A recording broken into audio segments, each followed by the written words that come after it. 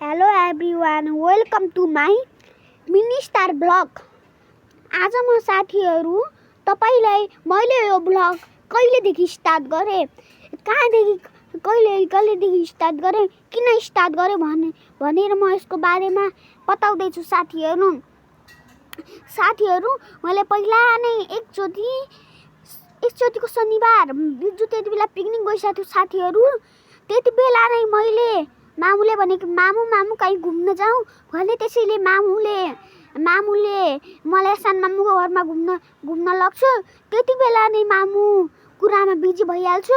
मैले मामुले नदेख्ने गरी मोबाइल चोले साथीहरू। मैले त्यति बेला नै ब्लग एउटा भिडियो बनाएँ। मामुलाई त्यो भिडियो मन पर्यो। त्यहीदेखि मैले यो स्टार्ट गरेँ साथीहरू ब्लग बनाउन। अनि मैले पहिला नै आफ्नो मामाको बारेमा भनेको थिएँ साथीहरू, तर मेरो मामा त्यस्तो होइन कि साथीहरू। तपाईँ गलत सम्झनु लाग्छ, तर मेरो मामा राम्रै होइसिन्छ। तर त्यो समाजसेवीको लागि सहयोग गर्छिन्छ, त्यसैले गाउँमा हिँड्छिन्छ। मैले आफ्नो ठुल मामाको पनि डर लाग्छ, तर म ठुल मामालाई यस्तो भन्दैन साथीहरू। मेरो ठुल मामा पनि धेरै मेहनती होइसिन्छ। मलाई आफ्नो सब मामाहरू मनपर्छन्, ठुल मामा, सानो मामा, सब मामा मनपर्छन् मलाई पनि साथीहरू। त्यसैले मामाले मेरो आइडी खोलिदिएको थियो ब्लग बनाउनमा। मैले त्यसैले अब म ठुल मामा चाहिँ राम्रो होइसिन्छ। अनि त ठुल मामाले मलाई गाली गर्छ, तर ठुल मामाले गाली गर्छ र म यो साथ ब्लग पनि बनाउँछु अनि म पढ्छु पनि तर साथीहरू हामीले पनि पढ्नुपर्छ। हामीले नपढ्यो भने हामी ठुलो भएर कहिले पनि मेहनती हुन्नौँ साथीहरू। त्यसैले हामीले पनि पढ्नुपर्छ। तपाईँले पढिसकेपछि जे गर्ने मन लाग्छ साथीहरू गर्नु होला। हामी पनि गर्छौँ, जे पनि गरे हुन्छ कि पढेपछि साथीहरू। म पनि तपाईँले सोध्नु होला कि म यति सानो भएर नै म ब्लग किन बनाउँदैछु।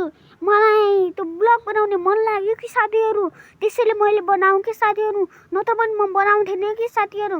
तपाईँले यो ब्लग बनाउने आइडी चाहिएछ भने मलाई त थाहा हुन्न, तर तपाईँ यो आइडी युट्युबबाट सिक्नुहुन्छ।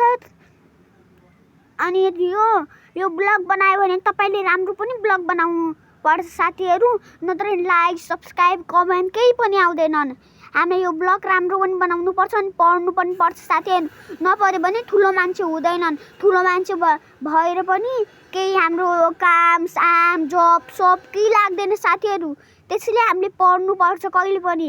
नपढ्यो भने हामी ठुलो भएर गरिब बन्छौँ, भिखारी बन्छौँ।